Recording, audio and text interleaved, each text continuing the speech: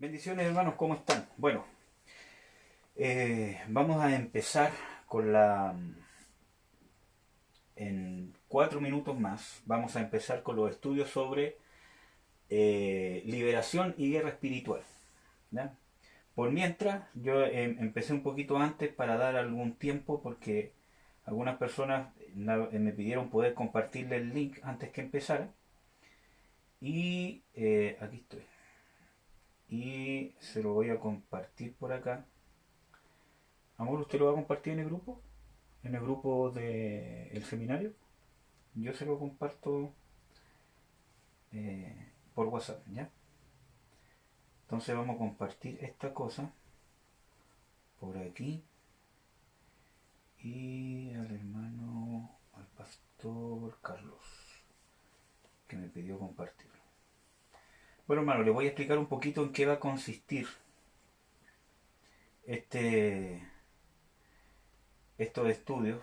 Dios puso en mi corazón hace bastante tiempo y Dios me había estado preparando hace bastante tiempo ya justamente preparar estos estudios sobre liberación.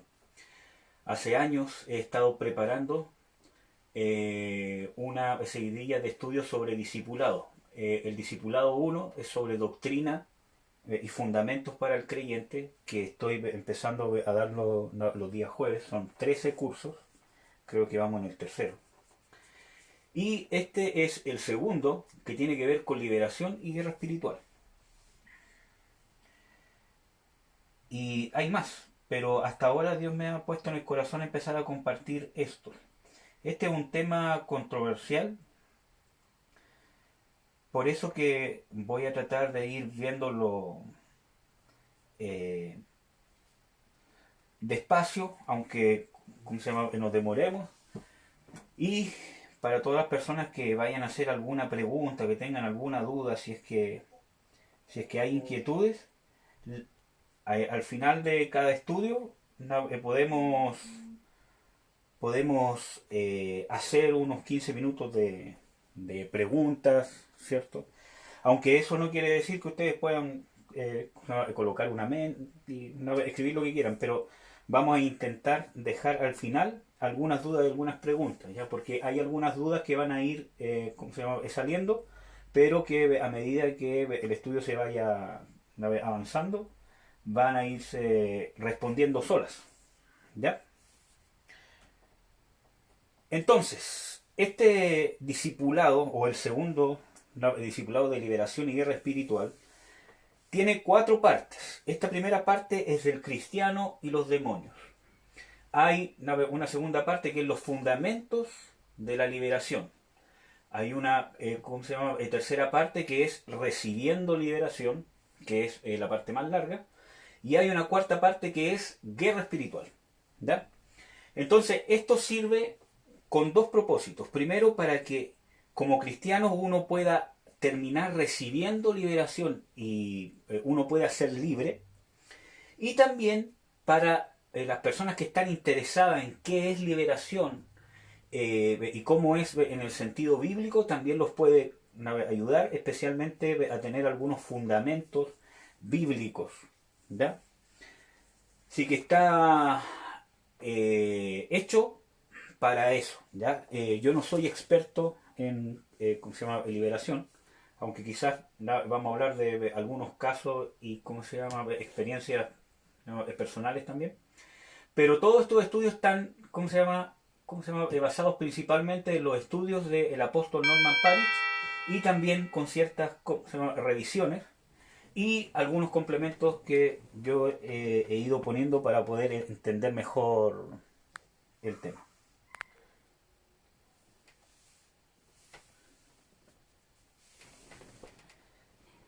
Entonces, es que me desconcentra.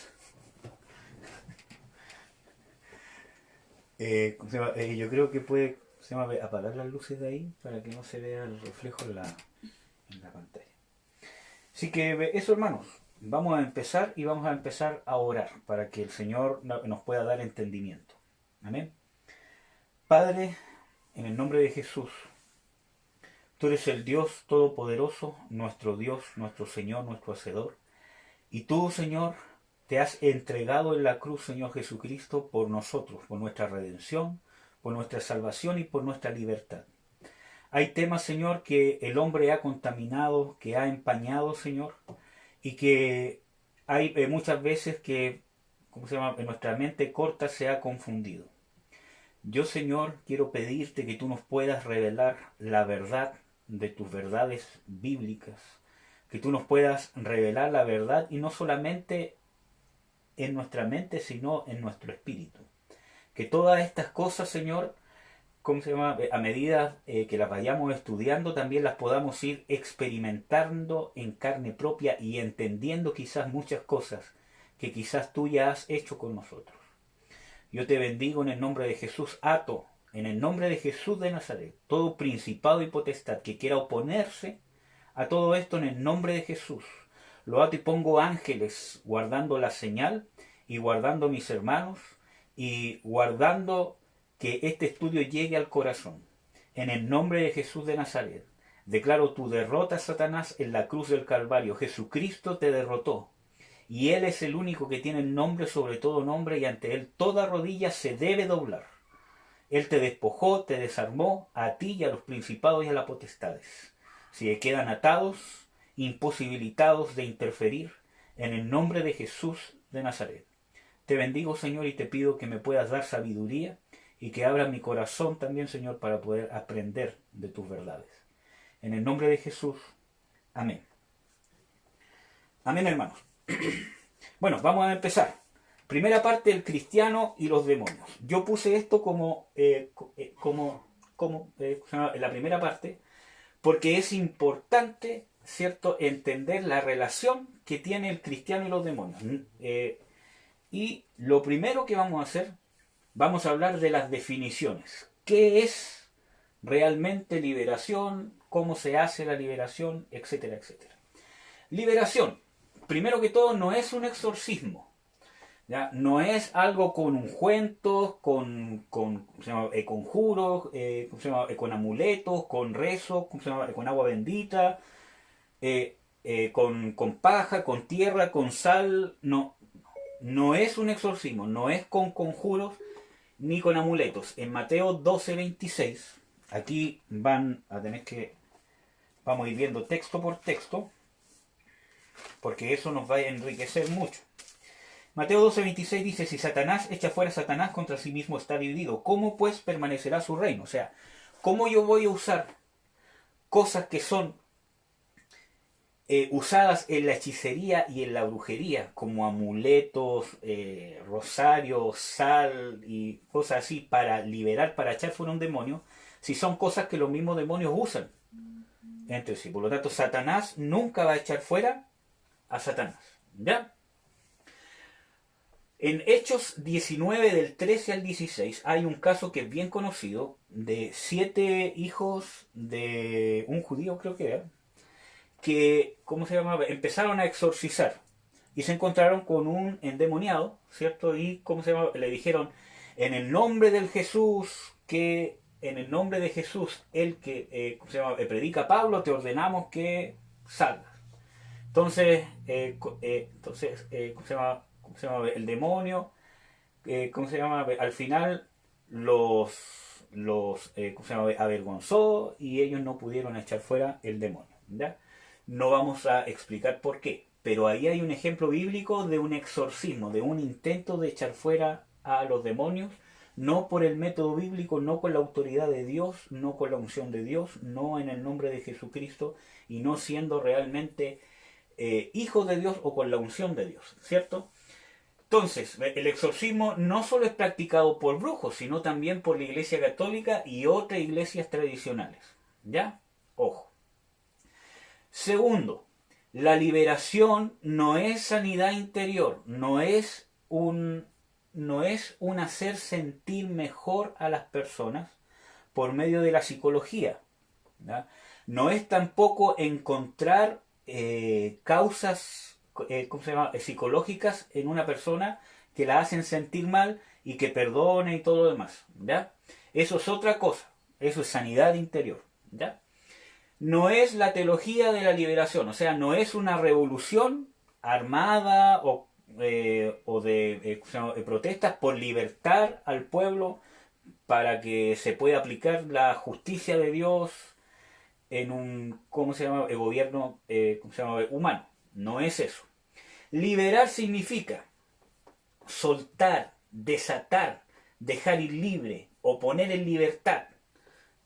¿Ya? Y hay un ejemplo, el ejemplo de la mujer con espíritu de enfermedad, de Lucas 13, del 10 al, ¿cómo se llama?, el 17, donde vemos de que el Señor Jesucristo dijo, era necesario, ¿cierto?, cortar esta ligadura o este azote, ¿cómo se llama?, de Dios, o esta, ¿cómo se llama?, ligadura de Dios, perdón, o esta ligadura de, ¿cómo se llama?, Satanás, con que había ligado a esta hija de Abraham. Entonces ella fue libre, fue por Dios, fue, ¿cómo se llama?, dejada ir libre, fue soltada o desatada esa ligadura que había, ese espíritu de enfermedad que ella tenía, porque era un demonio. ¿Ya? Dice ahí que era un espíritu de enfermedad. Y el Señor Jesucristo la dejó ir libre. ¿Ya? Entonces, bueno, ahí hay más, ¿cómo se llama?, definiciones. ¿Ya? La liberación es la acción de liberar. O sea, ¿cómo se llama? Liberar es que alguien esté libre, sin ataduras, sin estar preso, sin estar, ¿cómo se llama?, dominado por otro. Y la liberación es la acción que hace una persona libre, que puede ser instantánea o progresiva. Hay, ¿cómo se llama?, liberaciones instantáneas que son en el momento que uno va a ministrar, y hay liberaciones que son progresivas, por ejemplo, que llevan más de una ¿cómo se llama?, administración, o que se van dando en el tiempo, una liberación parcial y progresiva. O sea, miren, yo, en el caso, ¿cómo se llama?, personal mío, yo la liberación del demonio más complejo que yo tenía fue parcial, que era el principado más fuerte que yo tenía. Fue una liberación parcial, o sea, parcial, que fue un complemento de mi renuncia, de mi búsqueda de Dios, de mi humillación ante Dios y de la administración de un siervo de Dios. Fue un complemento de esas cuatro cosas, que Dios empezó en medio de mi conversión, empezó ese demonio cada vez a perder más terreno, más terreno, más terreno, hasta que yo fui completamente libre. ¿Ya? Un ejemplo, es iniciado y ejecutado por el Espíritu Santo. En Filipenses 2.13 dice de que Dios es el que pone en vosotros el querer como el hacer por su buena voluntad. Y el 2 de Corintios 3.17, no me acuerdo qué dice, pero se lo voy a leer. 2 de Corintios 3.17 dice así: porque el Señor es el Espíritu, y donde hay el Espíritu del Señor, allí hay libertad. ¿Ya? Entonces es el Espíritu Santo el que ejecuta, el que inicia y el que ejecuta la liberación. ¿Ya? Ahí después, con los otros ¿cómo se llama?, estudios, vamos a ir ¿cómo se llama?, ahondando más todas estas cosas. ¿Ya? Ya, van a perdonarme, pero todas las diapos son pura letra. ¿Ya? Fue porque es mucho, son tantas cosas que no pude hacer, ¿cómo se llama?, un resumen en realidad, sino que, ¿cómo se llama?, decidí que todas, ¿cómo se llama?, quedaran acá, para que cualquier persona que vea esto, después pueda leerlo, pueda copiarlo en un apunte, después con la pausa, le pone pausa, lo puede copiar, ¿ya? Para el provecho para todos. Sigamos. Clases de liberación que existen. Existe la autoliberación, que también vamos a ver en otro estudio. La liberación a distancia o por proximidad o aproximación. ¿Ya? La liberación personal y la liberación en masa. La autoliberación es una forma de libertarse donde uno ocupa la autoridad y la unción que Dios te dio como hijo de Dios para confrontar un ataque de Satanás o una posible contaminación del diablo sobre uno mismo. La liberación a distancia, tenemos ejemplos Por ejemplo, creo que el texto de Marcos 7, 24 al 30 es de la mujer, ¿cómo se llama? Sirofenicia, donde ella era la mamá de la persona que estaba endemoniada, que era su hija obviamente, y ella fue la que pidió, rogó y consiguió la liberación, pero no para ella, sino para su hija. ¿Ya? La liberación personal es en privado, la liberación en masa es cuando un ministro o muchos ministros van a ministrar en un grupo de personas. ¿Ya? Métodos de liberación.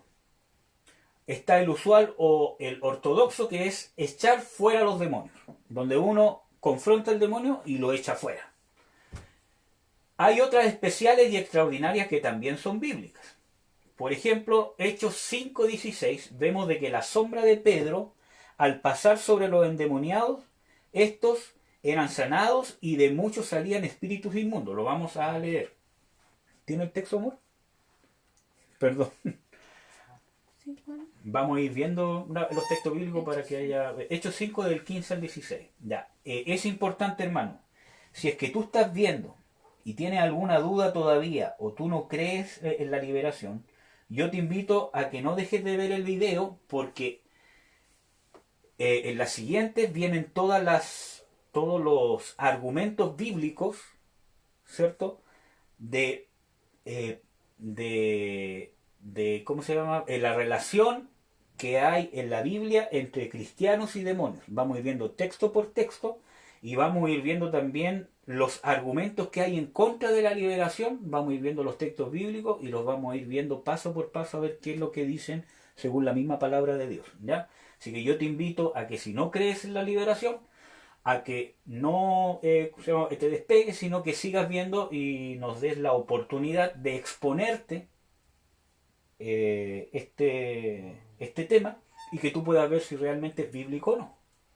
Vamos a ver la sombra de Pedro, Hechos 5:16, o sea, 15 al 16, perdón. Tanto que echaban los enfermos por las calles y los ponían en camas y en lechos, para que viniendo Pedro, a lo menos su sombra tocase a alguno de ellos. Y aún de las ciudades vecinas concurría multitud a Jerusalén, trayendo enfermos y atormentados de espíritus inmundos, los cuales todos eran curados. Traían atormentados de espíritu inmundo, los cuales todos eran curados. O sea, los que estaban atormentados por espíritu inmundo también eran curados. Ahora yo les voy a leer el ejemplo de los pañuelos de Pablo. Hechos 19:12. Dice: de tal manera que aún se llevaban sobre los enfermos los sudarios y los pañuelos de su cuerpo, y las enfermedades se iban de ellos, y los malos espíritus salían de ellos. Y la palabra con autoridad. Lucas 13:12. Y como Jesús la vio, la llamó y le dijo: Mujer, libre eres de tu enfermedad. Ya. Entonces, primero está el método usual, que todos estos métodos son bíblicos, pero este es el que más sale en toda la Biblia, que es confrontar al demonio y decirle, o sea, y que el demonio salga. Yo confronto al demonio, le digo en el nombre de Jesús, sal. ¿Ya? Pero después hay métodos extraordinarios bíblicos también, como está la sombra de Pedro, los pañuelos de Pablo y la palabra autoridad que usó el Señor Jesucristo. Pese a que el Señor Jesucristo siempre confrontó a los demonios y los echó fuera, pero en este caso él usó una palabra autoridad de declarar libre a la persona. Eres libre de tu azote. O sea, que no confrontó al diablo, sino que simplemente declaró la libertad. ¿Ya? Este es el método más usado y más bíblico. Estos son métodos ortodoxos, son bíblicos también. Por eso todo esto tiene que ser bajo la dirección del Espíritu Santo. ¿Ya? Yo no puedo irme a ninguno de estos tres extremos, porque el método más usado en la Biblia es este. ¿Ya? Yo, ¿cómo se llama? Podría usar alguno de estos si el Espíritu Santo me lo guía. Pero ya vamos a ir viendo con los otros estudios cómo se ministra, etcétera, etcétera. Ya. Definiciones. Estamos en definiciones. Definición de endemoniado. Es una persona que está bajo el poder y control de demonios. Invadido o plagado de demonios, o sea, demoníaco. Es una persona que está bajo el poder o bajo el control o bajo la influencia o está invadido con demonios. Vamos a ver Lucas 8:36. Dice: Y les contaron todo lo que habían visto, cómo había sido salvado aquel endemoniado. Entonces está hablando de que esta persona estaba endemoniada. 8:27. Y saliendo él a tierra, le vino al encuentro de la ciudad un hombre que tenía demonios ya de mucho tiempo, y no vestía vestido, sino estaba en casa, tampoco estaba en casa, sino en los sepulcros. Entonces aquí vemos que está el ejemplo del endemoniado gadareno, ¿cierto? Que, ¿cómo se llama? En la misma Biblia llama a esta persona endemoniada y también lo llama que tenía demonios. Por lo tanto, estar endemoniado y tener demonios es lo mismo según la Biblia. En el versículo 9 dice de que estaba arrebatado, o sea, 29, y también dice de que estaba agitado. ¿Puede verlo, el versículo 29? 29. Porque mandaba al espíritu inmundo que saliese del hombre. ¿Leo de antes? Es ¿El el versículo 29. Sí, pero para entender el tema. Bueno. El cual vio a Jesús, exclamó y se postró delante de él y dijo a gran voz: ¿Qué tengo yo contigo, Jesús, Hijo del Dios Altísimo? Te ruego que no me atormentes. Porque mandaba al espíritu inmundo que saliese del hombre, porque ya de mucho tiempo le arrebataba, y le guardaban preso con cadenas y grillos. Mas rompiendo las prisiones, era agitado del demonio por los desiertos. Ya, entonces este endemoniado o una persona que tenía demonios era arrebatado por el demonio y era agitado o llevado, ¿cierto?, a los desiertos, ¿ya? Entonces estamos viendo que, ¿cómo se llama? Para la Biblia, endemoniado es lo mismo que tener demonios, ¿ya? Marcos 5:2, que creo que el mismo caso del endemoniado gadareno, si mal no recuerdo.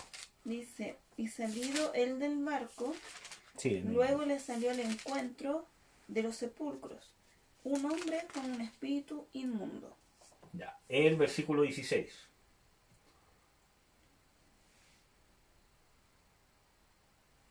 Y les contaron los que lo habían visto cómo había acontecido al que había tenido el demonio y lo de los puercos.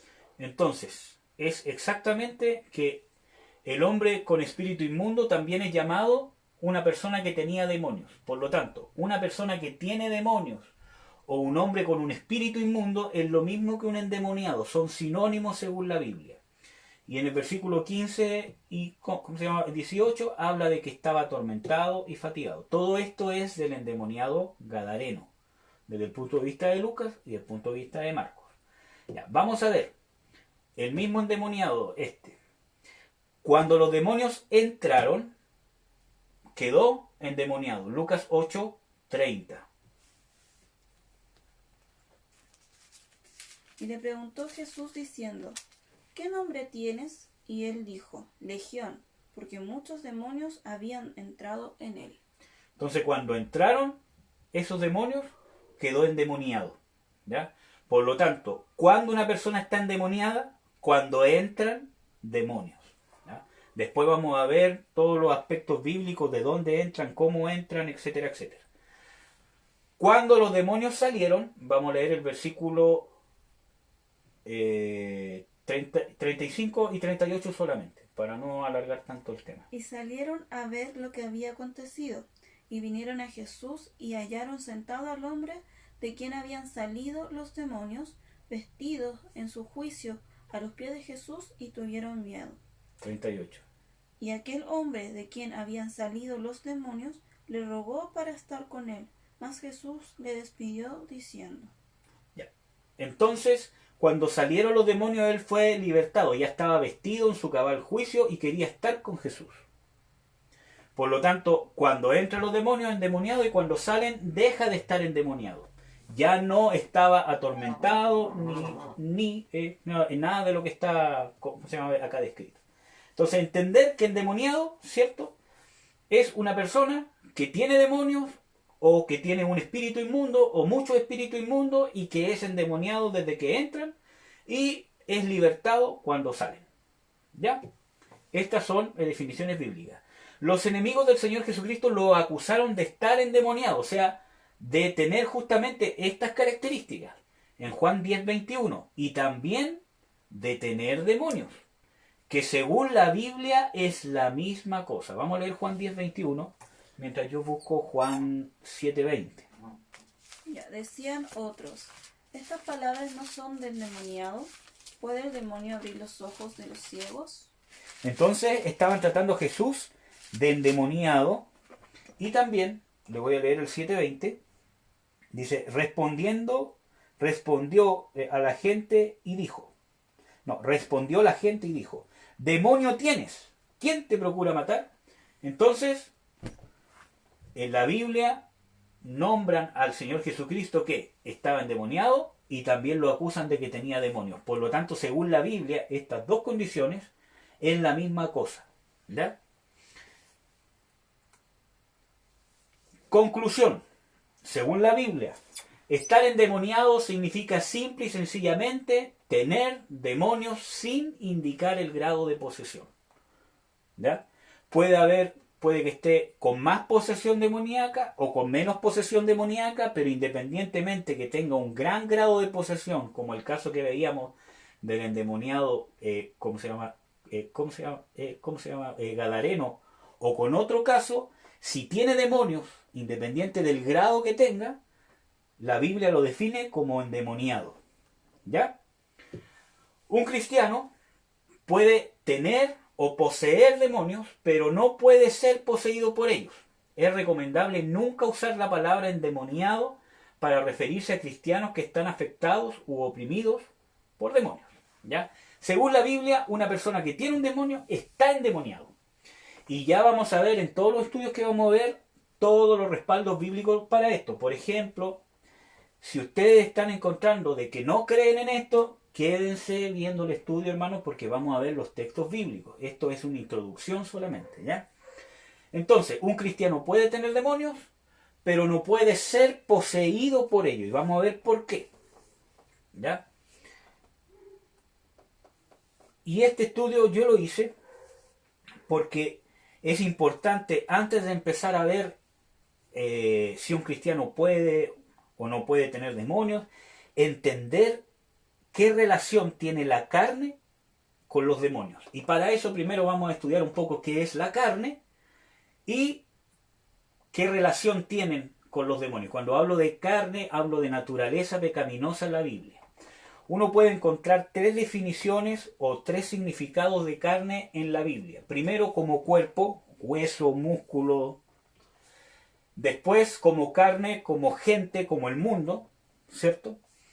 Y como carne, como naturaleza pecaminosa, que vamos a ir viendo los textos bíblicos. ¿Y qué relación tienen esto con los demonios para ir entendiendo y que después uno pueda entender bien si ¿cómo se llama? Los demonios pueden infectar a un cristiano o no? ¿Ya? Las dos naturalezas del creyente están vistas en Romanos 8:1-13, que yo le voy a pedir, amor, que usted lo lea. Y yo voy a leer, yo voy a leer Romanos 8:1-13. Usted puede buscar Gálatas 5:16-25, por favor. Es un texto largo, hermanos, pero tomen su Biblia, búsquenlo, porque es importante que ustedes, si es que están interesados en el tema, tengan argumento bíblico. Vamos a ver también en todo esto de que la palabra es fundamental en la liberación personal, ¿cómo se llama? De mi familia o de personas que yo voy a ministrar. Es importante la palabra, ¿ya? Romanos 8:1-13 dice: ahora pues, ninguna condenación hay para los que están en Cristo Jesús, los que no andan conforme a la carne, mas conforme al Espíritu. Porque la ley del Espíritu de vida en Cristo Jesús me ha librado de la ley del pecado y de la muerte. Porque lo que era imposible a la ley por cuanto era débil por la carne, Dios, enviando a su Hijo en semejanza de carne de pecado y a causa del pecado, condenó al pecado en la carne. Para que la justicia de la ley fuese cumplida en nosotros, que no andamos conforme a la carne, mas conforme al Espíritu. Porque los que viven conforme a la carne, de las cosas de la carne se ocupan, mas los que conforme al Espíritu, de las cosas del Espíritu. Porque la intención de la carne es muerte, mas la intención del Espíritu vida y paz. Por cuanto la intención de la carne es enemistad contra Dios, porque no se sujeta a la ley de Dios ni tampoco puede. Así que los que están en la carne no pueden agradar a Dios. Mas vosotros no estáis en la carne, sino en el Espíritu. si es que el Espíritu de Dios mora en vosotros. Y si alguno no tiene el Espíritu de Cristo, el tal no es de él. Empero si Cristo está en vosotros, el cuerpo a la verdad está muerto a causa del pecado, mas el Espíritu vive a causa de la justicia. Y si el Espíritu de aquel que levantó de los muertos a Jesús mora en vosotros, el que levantó a Cristo Jesús de los muertos vivificará también vuestros cuerpos mortales por su Espíritu que mora en vosotros.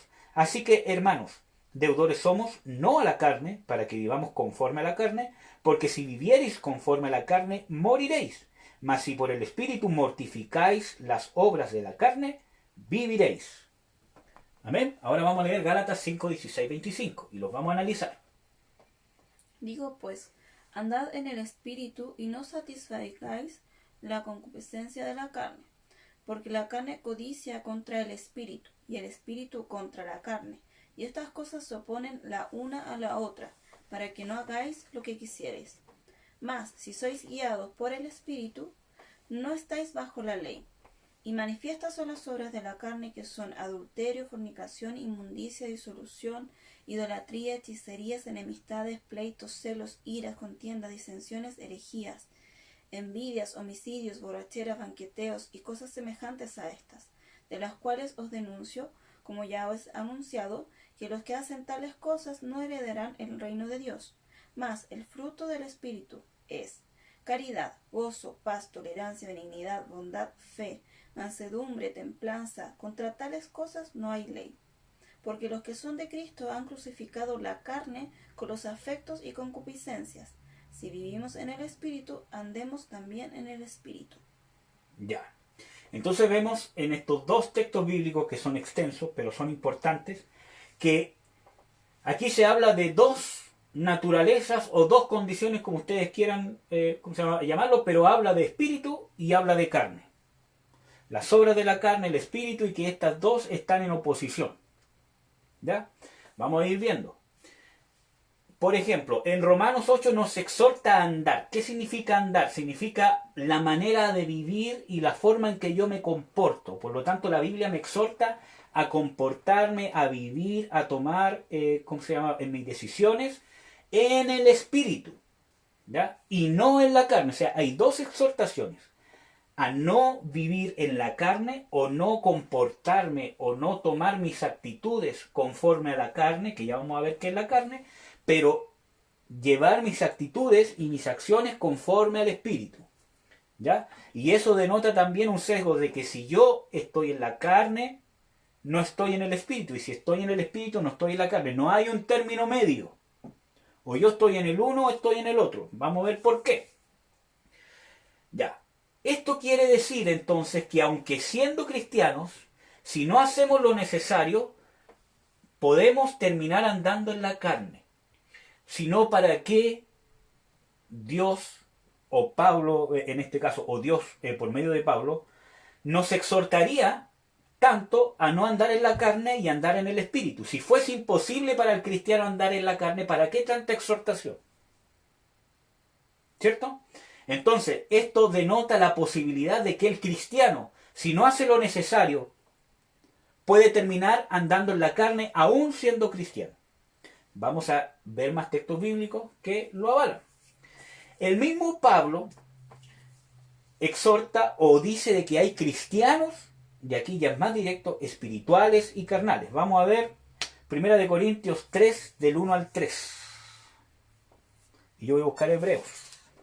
Busquen los textos, hermanos. Léanlo, márquenlo, subrayenlo, porque si tú ya sabes de liberación y tú estás viendo esto, esto te va a servir como fundamento para ti mismo, y porque hay muchas iglesias y congregaciones que no creen en la liberación porque no hayan fundamento bíblico.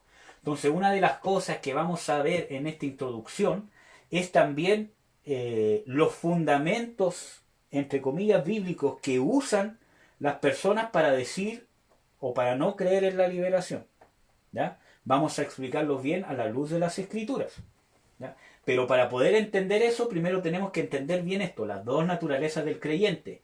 Si no, vamos a entrar en confusión. Y porque no se sabe bien esto, es que la gente entra en confusión con muchos textos bíblicos, ¿ya? Leamos 1 Corintios 3, del 1 al 3. De manera que yo, hermanos, No pude hablaros como a espirituales, sino como a carnales. Ya, entonces ahí está hablando hermanos. O sea, son cristianos, son hermanos en él en Cristo. No hay ninguna parte donde Pablo diga, conviértanse porque ustedes no se han convertido, sálvense porque ustedes no son salvos, sino que dice, no les pude hablar como a espirituales, sino que les tuve que hablar como a carnales. Está hablando de dos tipos de cristianos, ¿verdad? Cristianos espirituales y cristianos carnales. Como a niños en Cristo. Os di a beber leche y no vianda, porque aún no podíais, y aún podéis ahora, porque todavía sois carnales, pues habiendo entre vosotros celos, contiendas y disensiones, ¿no sois carnales y andáis como hombres? Ya, entonces dice de que los carnales, primero que son niños. ¿Ah? Y después dice de que no sois carnales sabiendo qué cosa. Celos, divisiones entre ustedes, que vamos a ver también que en Gálatas son parte de las obras o las manifestaciones de la carne. ¿Verdad? Y dice, no andáis como hombres, o sea, como un hombre natural. Un hombre carnal, ¿cómo se llama? Se diferencia muy poco de un mundano, pero es cristiano. Pablo dice aquí, hermanos. Hay gente que cree que este texto está hablando de gente carnal que no son verdaderos cristianos, que no se han convertido. Pero aquí Pablo les dice hermanos. Dice, yo les debería hablar como espirituales, pero les tengo que hablar como a carnales. ¿Ya? Porque sois niños, cristianos, pero niños, carnales. Porque siendo cristianos todavía tienen celos, divisiones. Y es cosa de que uno se pueda examinar un poco. Nunca has hecho algo por celos, por envidia, por contención, por odio, aunque después hayas corrido a los pies de Jesucristo. O sea que ¿cómo se llama? Cuando pecas pierdes ¿cómo se llama? La salvación y después tienes que correr a los pies de Cristo para poder volver ¿cómo se llama? A ser salvo. No, pues hermano, eso sería una herejía. Porque hubo un sacrificio y por una vez fuimos perfectos hechos para siempre. Vamos a explicar todas esas cosas, ¿ya? Para que no quede ningún vacío. Hebreos 5, del 12 al 14. Dice, porque debiéndose ya maestros a causa del tiempo, tenéis necesidad de volver a ser enseñados cuáles sean los primeros rudimentos de las palabras de Dios, y habéis llegado a ser tales que tenéis necesidad de leche y no de manjar sólido. Lo mismo que se habla en 1 Corintios 3. Que cualquiera que participa de la leche es inhábil para la palabra de la justicia, porque es, ¿qué cosa? Niño. ¿Y qué es ser niño? Según este mismo texto bíblico, carnal. Aquí también está hablando de que hay cristianos maduros o espirituales y cristianos inmaduros o carnales. 14. Mas la vianda firme es para los perfectos o para los espirituales, según 1 Corintios 3. ¿Cierto? Para los que por la costumbre tienen los sentidos ejercitados en el discernimiento del bien y del mal. Aquí vemos sinónimos de cristianos espirituales, carnales, que pueden ser maduros o inmaduros o niños. ¿Ya? Entonces estamos viendo lo que dice la Biblia. ¿Ya? Si tú tienes otro tipo de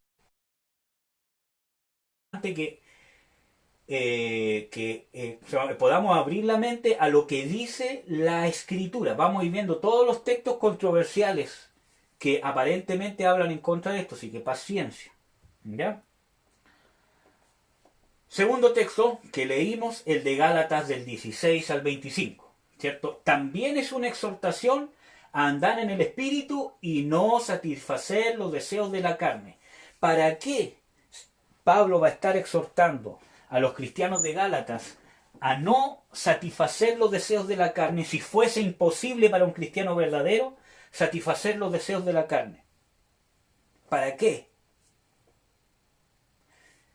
Si fuese imposible para un cristiano verdadero satisfacer los deseos de la carne, entonces Pablo tendría que exhortar a que busquen la verdadera salvación. Pero no es así, sino que exhorta a que siendo cristiano yo debo andar en el Espíritu y no satisfacer los deseos de la carne. ¿Ya? No promete en ninguna parte que estos deseos van a desaparecer, que por la salvación, que por la conversión, todos estos deseos se van a ir. No lo promete en ninguna parte. Al contrario, que evidentemente queda explícito en todos estos textos bíblicos de que el cristiano puede terminar satisfaciendo los deseos de la carne y que debe luchar por no hacerlo. ¿Ya? Vamos a leer 1 Pedro 2:11 para hablar de estos deseos carnales. Ya. Amados, os ruego que como a extranjeros y peregrinos os abstengáis de los deseos carnales que batallan contra el alma. Entonces aquí hay otra exhortación de Pedro, que os abstengáis, o sea, es algo que el cristiano debe hacer, de los deseos carnales, y estos deseos batallan ¿contra qué? Contra el alma. Además, en Gálatas exhorta finalmente a que toda esta carne y todas las obras de la carne, lujuria, lascivia, mentira, iras, contienda, todas esas cosas que leímos, ¿cierto?, se deben crucificar, ¿cierto? Esta naturaleza carnal se debe crucificar. Y que esta crucifixión, cuando dice los que son de Cristo han crucificado la carne con sus pasiones y con sus deseos, está hablando de que un cristiano que ha crucificado su carne con sus pasiones y con sus deseos, es el sello, ¿cierto? Es el sello o la evidencia de que somos de Cristo y que estamos viviendo en el Espíritu. Eso no significa que un cristiano que está satisfaciendo los deseos de su carne ya no sea cristiano. ¿Ya? Y yo no estoy hablando esto para dar licencia y decir, no voy a perder la salvación, puedo pecar, porque vamos a ir viendo de que esto trae graves consecuencias, y más si somos cristianos. ¿Ya? Porque en el mismo texto bíblico dice de que no heredarán el reino de Dios. ¿Ya? Que no tiene nada que ver con la salvación. ¿Ya? Lo vamos a explicar en todos los otros versículos y los otros estudios. ¿Ya? Pero heredar el reino no tiene que ver con la salvación. ¿Ya? Acuérdense que hay un texto que dice de que el niño, mientras es niño, es heredero de todo, pero no difiere nada del siervo o del esclavo, aunque es heredero de todo.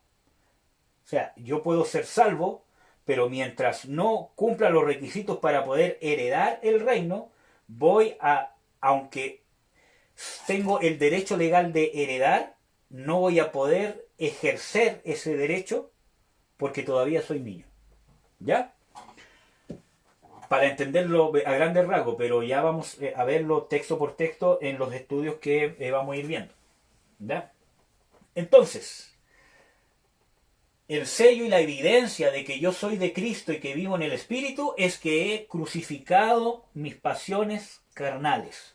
Un cristiano que todavía no ha crucificado sus pasiones carnales no significa que no sea cristiano, sino que la evidencia de que debería ser esto.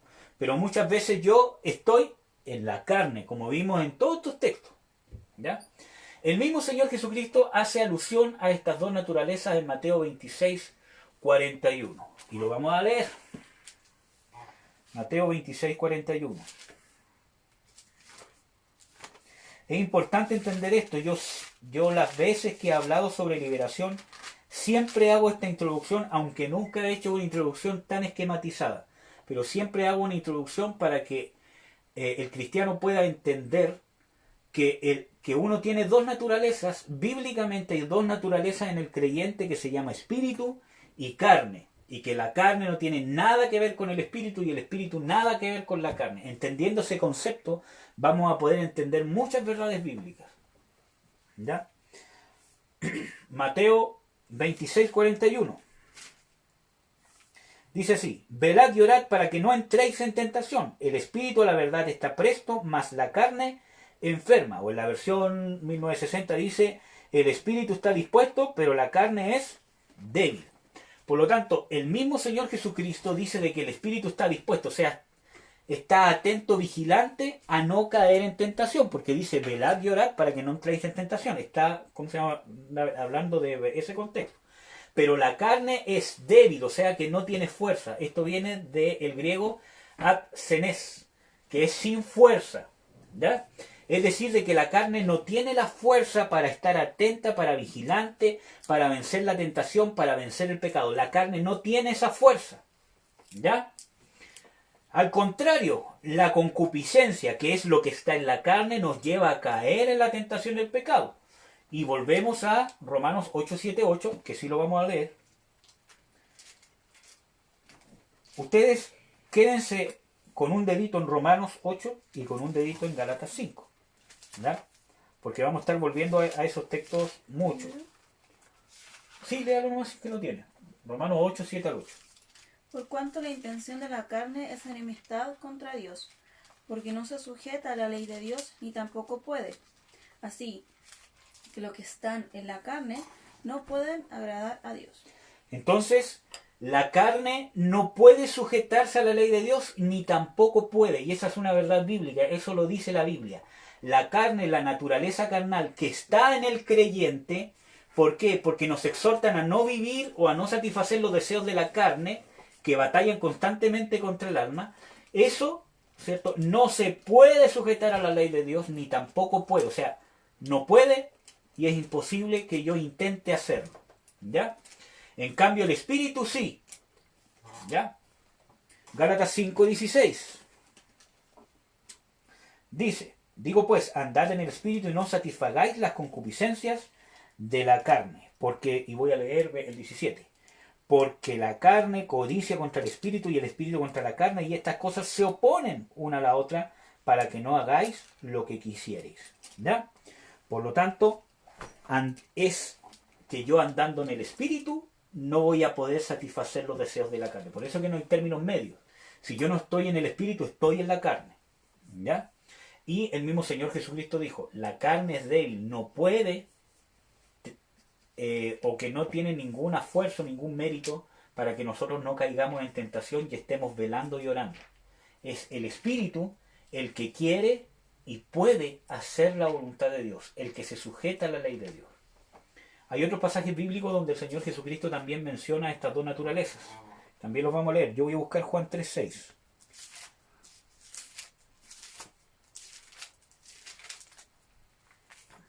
Juan 6:36. 63. 63. Voy a leer Juan 3:6 primero. Ya. Dice el Señor Jesucristo, lo que es nacido de carne, carne es, y lo que es nacido del Espíritu, Espíritu es. El mismo Señor Jesucristo está mencionando que hay dos naturalezas, carne y espíritu. Juan 6:63. El Espíritu es el que da vida, la carne nada aprovecha. Las palabras que yo he hablado son espíritu y son vida. Donde también habla de que está el espíritu y la carne, y que la carne para nada aprovecha. Vamos a seguir. Aquí, el mismo texto que estábamos leyendo, Juan 3, del 3 al 6, lo voy a leer. Es la conversación que tiene el Señor Jesucristo con, ¿cómo se llama? Nicodemo.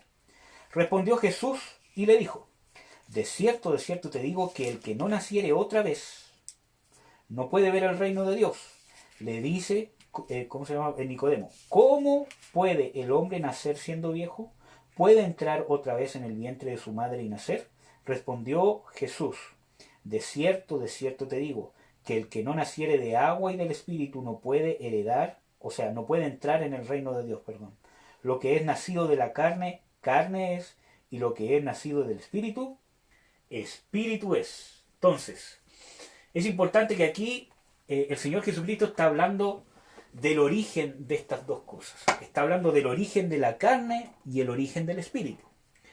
Es importante ver de que esta naturaleza de carne es una naturaleza que cuando una persona nace con esa naturaleza, y el Señor Jesucristo lo demuestra en este texto bíblico.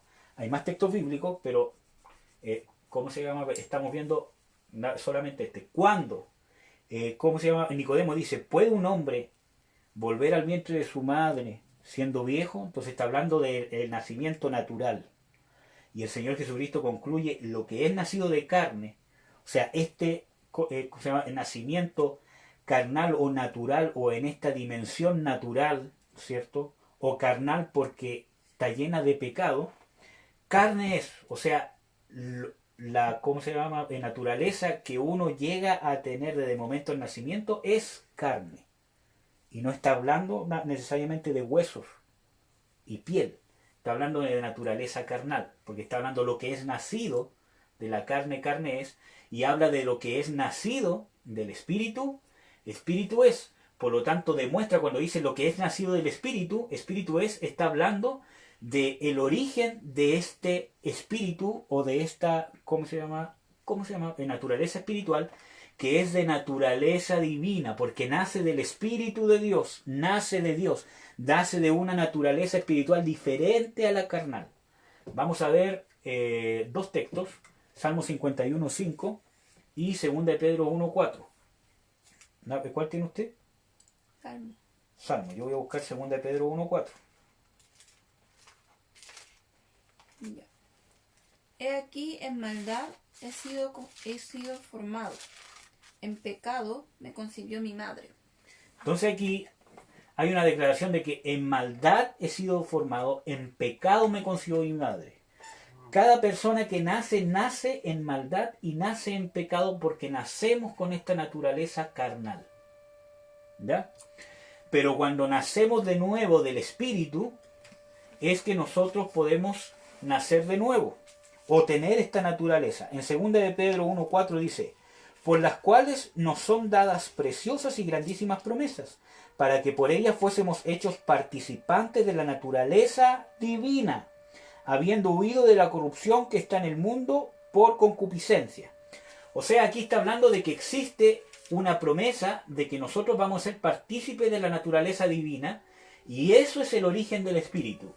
En el Espíritu, cuando uno nace otra vez del Espíritu, se deposita en nosotros la naturaleza divina según 2 de Pedro 1:4. Y si tú lees la otra parte del texto, dice, habiendo huido de la corrupción que está en el mundo por concupiscencia, y esto habla de la conversión. En la conversión del creyente, cuando hay una verdadera conversión, es que puede abrirse paso al nuevo nacimiento. ¿Ya? Y la conversión tiene algunos requisitos, ¿ya? Arrepentimiento, etcétera, etcétera. ¿Ya? Vemos también que el Señor Jesucristo habla de que es necesario nacer de nuevo, y después vuelve a hablar y dice, el que naciere del Espíritu y del agua. Por lo tanto, está igualando al nacimiento de nuevo con nacer del Espíritu y del agua. Es lo mismo. Por lo tanto, el nacimiento de nuevo, nacer de nuevo para que esta naturaleza espiritual pueda existir en un creyente, se hace a través de la obra del Espíritu Santo, que es cuando Él dice Espíritu, y de la palabra, que es cuando Él dice agua. Efesios 5:26. ¿Cuál tiene usted? Ese. ¿Este mismo? Sí, 5:26. Sí. Dice, para santificarla, limpiándola en el lavacro del agua por la palabra. Ahí no va. Entonces, dice, para santificarla en el lavacro del agua por la palabra. ¿Cuál es el lavacro del agua? La palabra. ¿Ya? Y en 1 de Pedro 1:23, que también lo vamos a leer, dice, siendo renacidos no de simiente corruptible, sino de incorruptible, por la palabra de Dios que vive y permanece para siempre, sino siendo renacidos, o sea, el nuevo nacimiento, de la palabra de Dios, en una simiente incorruptible y no de corruptible. Lo mismo que habla el Señor Jesucristo. Habla de que hay un nacimiento carnal y hay un nacimiento espiritual. Y aquí habla, Pedro nombra pero como incorruptible y como corruptible. El incorruptible es del Espíritu, el nuevo nacimiento por medio de la palabra. ¿Ya? Por lo tanto, el nuevo nacimiento obra a través de la conversión por la actividad del Espíritu Santo y la palabra de Dios. ¿Ya? Estas naturalezas tampoco pueden mezclarse, y el mismo Señor Jesucristo deja claro que no se pueden mezclar cuando dice, lo que es nacido del Espíritu, Espíritu es, y lo que es nacido de carne, carne es. O sea, ninguna de las dos se puede mezclar, y el mismo Señor Jesucristo lo deja claro. Otros nombres para esta naturaleza espiritual, ¿verdad? Y aquí vamos a leer algunos textos. Primero tenemos hombre nuevo, hombre del corazón, hombre interior o nueva criatura. Efesios 4:24. Dice, y vestir el nuevo hombre que es creado conforme a Dios en justicia y en santidad de verdad. Entonces el nuevo hombre es creado conforme a Dios. ¿Ya? Y vamos a leer Colosenses 3:10. Y en santidad y en justicia. Por eso, este espíritu, esta nueva creación, es creada según Dios y en justicia y en santidad de verdad. ¿Ya? Colosenses 3:10. Revestidos del nuevo, el cual por el conocimiento renovado conforme a la imagen del que lo creó. Ya, ¿a la imagen de qué? Del que lo creó. El nuevo hombre es a la imagen del que lo creó. El hombre del corazón, bueno, ¿cómo se llama? Ustedes lo pueden ver en primera, ¿cómo se llama? De Pedro 3:4, habla o nombra a este nuevo hombre como hombre del corazón. Hombre interior, este texto sí lo vamos a ver. En Romanos 7:22. Pero, ¿cómo se llama? Usted busque Efesios 3:16. Ya lo tenía. Ya, léalo nomás, mejor. Porque según el hombre interior me deleito en la ley de Dios. Entonces Pablo está hablando, que vamos a ver también todo este texto bíblico, pero, ¿cómo se llama? Pablo está hablando que su hombre interior es el que se deleita en la ley de Dios. Y ya habíamos visto en Romanos 8 de que es el espíritu el que se puede sujetar a la ley de Dios. Y de que es en el espíritu en el que obra la ley del espíritu de vida. ¿Ya? Efesios 3:16. Que os dé conforme a las riquezas de su gloria el ser corroborados con potencia en el hombre interior por su espíritu. Y esto es importante, ser corroborados ¿dónde? Ser corroborados por el Espíritu Santo ¿dónde? En el hombre interior, donde uno recibe la fortaleza y la obra del poder del Espíritu Santo en el hombre interior. Y ahí tenemos el texto bíblico que lo dice. Y en 2 Corintios 5:17, que es un texto muy conocido, que dice que si alguno está en Cristo, nueva criatura es, las cosas viejas pasaron y aquí todas son hechas nuevas. Por lo tanto, ahí está hablando también de esta nueva naturaleza que es el espíritu, el hombre nuevo, el hombre del corazón, el hombre interior o la nueva criatura. Todo eso son sinónimos en la Biblia. El hombre nuevo no puede pecar y no puede ser infectado por demonios. Y esto es una verdad bíblica. Y por eso que hay confusiones con el tema de si un cristiano puede tener demonios o no. ¿Ya? Todavía no hemos visto bíblicamente si un cristiano puede tener demonios o no. ¿Ya? En 1 Juan 3:9. Dice, cualquiera que es nacido de Dios no hace pecado, porque su simiente está en él, y no puede pecar porque es nacido de Dios. Cualquiera que es nacido de Dios no hace pecado, porque su simiente está en él y no puede pecar. Porque es, ¿qué cosa? Nacido de Dios. Y ya hemos visto los textos bíblicos que hablan de qué es nacido de Dios. El Espíritu, el mismo Señor Jesucristo, Pedro y todos los textos que hemos visto hablan de que este nuevo nacimiento, esta nueva criatura es creado como Dios, es creado a la imagen de Dios en justicia, santidad, y el mismo Señor Jesús dice de que lo que es nacido del Espíritu, Espíritu es. Por lo tanto, es el hombre nuevo. ¿Qué es lo que es nacido de Dios según todos los textos bíblicos que hemos visto? El Espíritu. El nuevo hombre, el hombre del corazón, el hombre interior, la nueva criatura. Por lo tanto, ¿quién es el que no puede pecar? El Espíritu, la nueva criatura, según la Biblia. Eso es lo que es nacido de Dios. En ninguna parte hemos visto de que la carne nazca de Dios. Es el Espíritu, la nueva naturaleza, lo que nace de Dios, lo que es recreado por Dios, lo que es la nueva, ¿cómo se llama? Naturaleza incorruptible, ¿ya? Entonces lo que es nacido de Dios, porque su simiente está en él. ¿Y cuál es la simiente? Jesucristo es la simiente de Abraham. Jesucristo, ¿dónde está entonces? En lo que es nacido de Dios, en el Espíritu. Es el Espíritu el que no puede pecar. Vamos a leer 1 Juan 5:18. Sabemos que cualquiera que es nacido de Dios no peca, mas el que es engendrado de Dios se guarda a sí mismo y el maligno no le toca. Y aquí hay un punto importante. Vuelvo a decir, lo que es nacido de Dios o lo que es engendrado de Dios no peca, se guarda a sí mismo y el maligno, ¿qué cosa? No le toca. El hombre nuevo no puede ser tocado por los demonios. Y por eso que hay confusión. ¿Ya? Ahora, veamos. si yo les nombro estos textos bíblicos, porque yo he visto pastores que dicen de que si un cristiano peca es porque no ha nacido de nuevo y porque no es cristiano. Pero hay textos que hablan otra cosa que los vamos a ir viendo. Por lo tanto, ¿qué es lo que es nacido de Dios?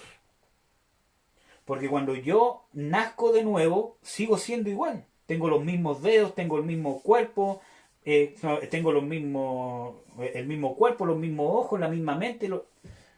Es algo que pasa ¿dónde? En el espíritu, en el interior. Y es algo que hemos experimentado. ¿Verdad? Por lo tanto, lo que es nacido de Dios es donde está su simiente y lo que no puede pecar y lo que no es tocado por Satanás. Satanás y los demonios no pueden contaminar, no pueden influenciar esta nueva naturaleza, porque es creada en imagen de Dios, en justicia, en santidad, y lo que es nacido del Espíritu, Espíritu es. ¿Ya? Ahora vamos a hablar un poco más sobre la carne. Tiene otros sinónimos en la Biblia. El viejo hombre, que yo creo que es por el nombre, que más se le conoce. Colosenses 3:9. No mintáis los unos a los otros, habiéndoos despojado del viejo hombre con sus hechos. Entonces el viejo hombre tiene hechos, tiene obras, que en Gálatas 5, del 19 al 21 vimos cuáles eran esas obras. Porque dice, ¿cómo se llama? Manifiestas son las obras de la carne. Ira, contienda, enojo, envidia, etcétera, etcétera. Entonces aquí tienes una lista de la obra de la carne y en Colosenses 3:9 habla de que el viejo hombre hay que despojarse de él con sus hechos. Tampoco habla de que el viejo hombre desaparece en algún momento de la conversión, ¿ya? Sino que habla de que está en el cristiano y que el cristiano tiene que despojarse de ese viejo hombre con sus hechos. Y despojarse no es que sale. ¿Ya? Vamos a ir viendo todo eso. Efesios 4:22.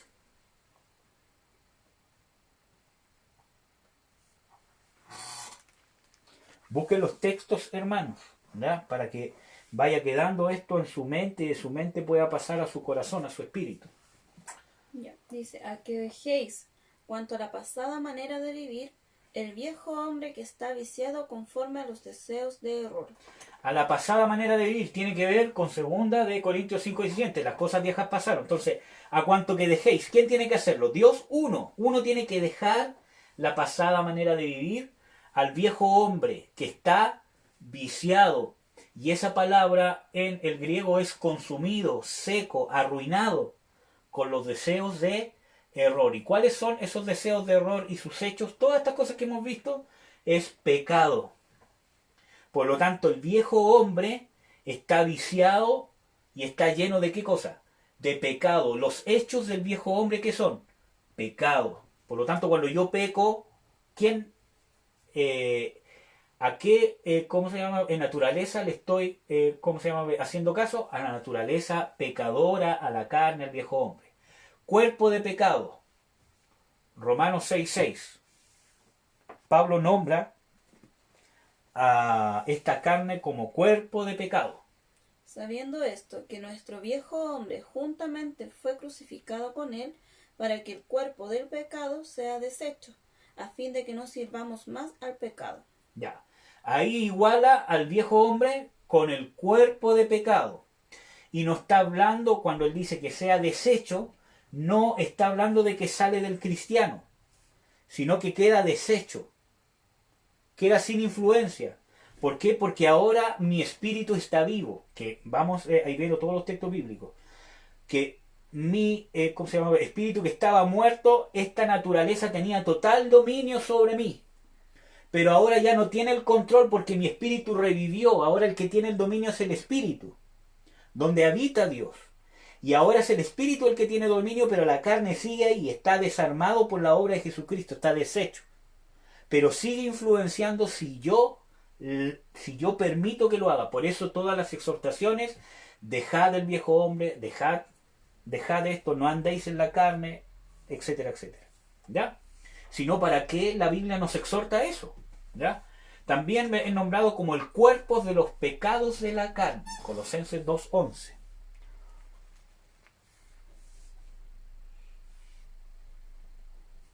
En el cual sois circuncidados de circuncisión no hecha con manos, con el despojamiento del cuerpo de los pecados de la carne, en la circuncisión de Cristo.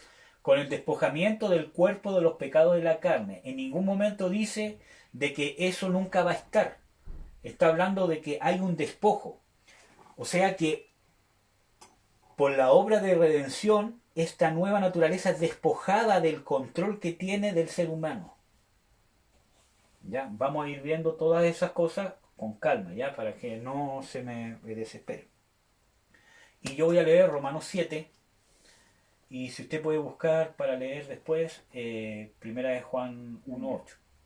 Romanos 7, 17. Dice, de manera que ya no obro aquello, sino el pecado que mora en mí. Versículo 20. Y si hago lo que no quiero, ya no lo obro yo, sino el pecado que mora en mí. 2 veces está diciendo Pablo de que hay un pecado que mora en él. Y vamos a ver el versículo 14, como parte de todo esto. Porque sabemos que la ley es espiritual, mas yo soy carnal, vendido a sujeción del pecado. ¿Ya? Por lo tanto, y el versículo 18 dice, y yo sé que en mí, es a saber, en mi carne, no mora el bien. Por lo tanto, ¿dónde está el pecado que mora en mí? En la carne, igual a la carne al pecado que mora en mí. ¿Ya? Vamos a ver 1 de Juan 1.8. Dice, si dijéramos que no tenemos pecado, nos engañamos a nosotros mismos y no hay verdad en nosotros. Entonces, el mismo Juan dice que si uno llega a decir que no tiene pecado, o sea que si yo llego a decir de que un cristiano que llega a pecar es porque no es cristiano, estoy mintiendo y la verdad no está en mí. ¿Por qué? Porque en 1 de Juan 1.8 dice que el que dice que no tiene pecado, ¿cierto? Por lo tanto, nosotros tenemos pecado. Pero ¿dónde está este pecado según todos los textos bíblicos que hemos visto? El mismo Pablo dice, el pecado que mora en mí. ¿Y esto es dónde? En la carne, esta naturaleza pecaminosa. Ahí es donde habita el pecado. En la carne habita el pecado. Y eso es bíblico. También es, ¿cómo se llama? Nombrado el cuerpo de esta muerte en el mismo Romanos 7:24. Dice, miserable hombre de mí, ¿quién me librará del cuerpo de esta muerte? Hablando de lo mismo. Primero nombró carne, después nombró el pecado que mora en mí, después lo nombró el cuerpo de esta muerte. Entonces, ¿por qué dice el cuerpo de esta muerte? Porque está muerto.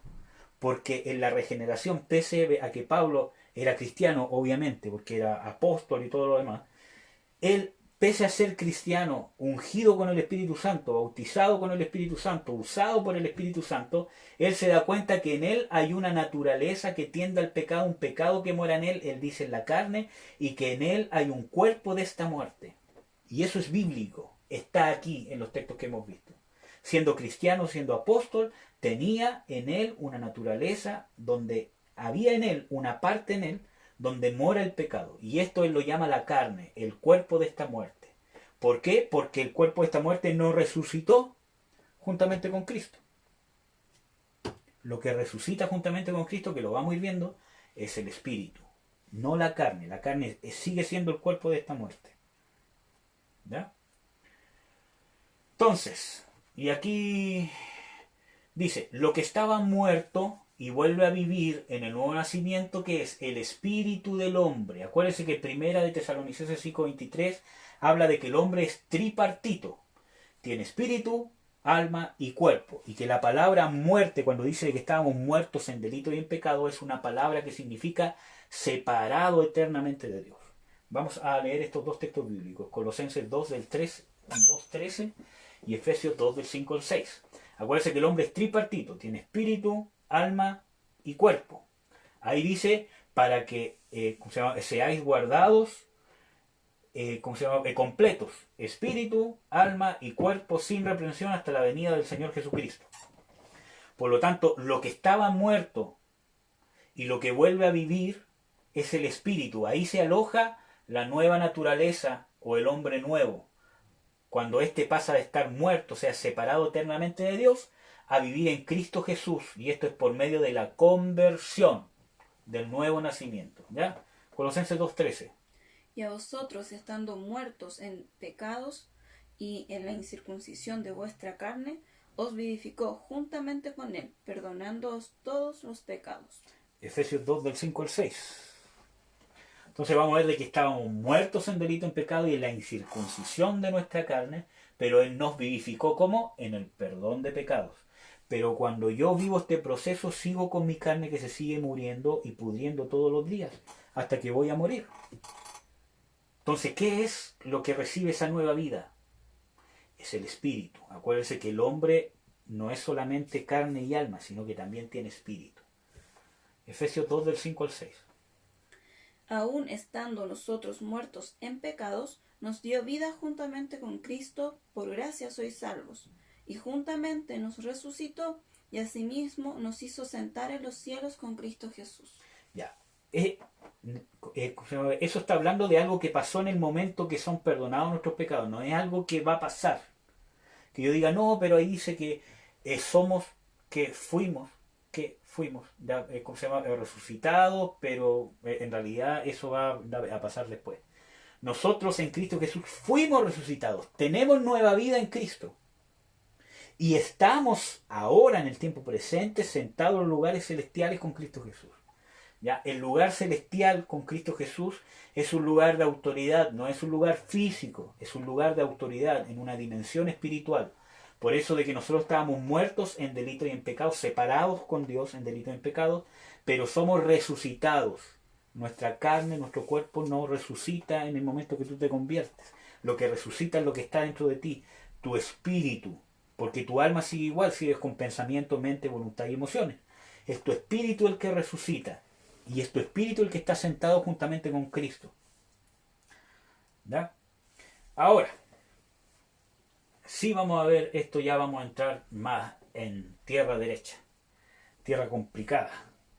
Los demonios operan en la carne y no en el espíritu, y esto es una verdad bíblica. Ya vimos de que la carne no tiene nada que ver con el espíritu.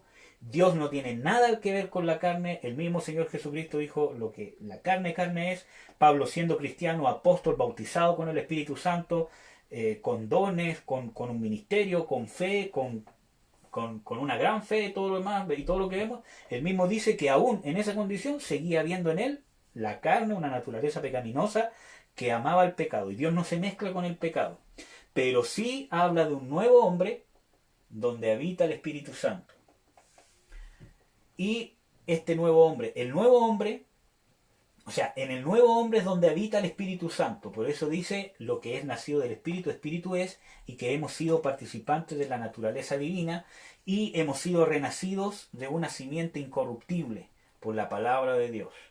Y como ya vimos en 1 Juan 5, dice de que lo que es nacido de Dios, el maligno no le toca. Por lo tanto, los demonios, ¿qué es lo que no pueden tocar o donde no pueden operar? Es en el nuevo hombre, y eso es bíblico. ¿Ya? Si no les quedó claro con todos los textos bíblicos, bueno, vuelvan a repasarlo, hermanos, porque está claro. ¿Ya? Y es en el nuevo hombre donde habita el Espíritu Santo. ¿Ya? El viejo hombre, la naturaleza pecadora, o la carne, o el cuerpo de pecado, como ya lo hemos visto, sí pueden operar los demonios. Y vamos a ver por qué. Vamos a leer Mateo 24-28. Yo voy a buscar Lucas 17:37 y vamos a buscar al tiro Apocalipsis. Mateo 24-28. Sí. Porque donde quiera que estuviera el cuerpo muerto, ahí se juntarán las águilas. Entonces está hablando, esta es una referencia que hace el Señor Jesucristo profética de un evento que va a pasar, ¿ya? Que vamos a leer el texto bíblico. Pero también tiene un trasfondo espiritual para nosotros. Dice, donde estuviera el cuerpo muerto, estarán las águilas. Es un principio bíblico. Lucas 17, versículo 37. Dice, respondiendo, ¿cómo se llama? Le dicen, ¿dónde, Señor? Y él les dijo, donde estuviera el cuerpo, ahí se juntarán las águilas.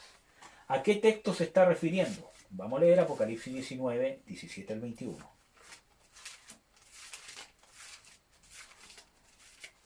Apocalipsis 19, del 17 al 21, voy a leer solamente el 17 y el 21. Dice: y vi un ángel que estaba en el sol y clamó con gran voz diciendo a todas las aves que volaban por medio del cielo: venid y congregaos a la gran cena del gran Dios.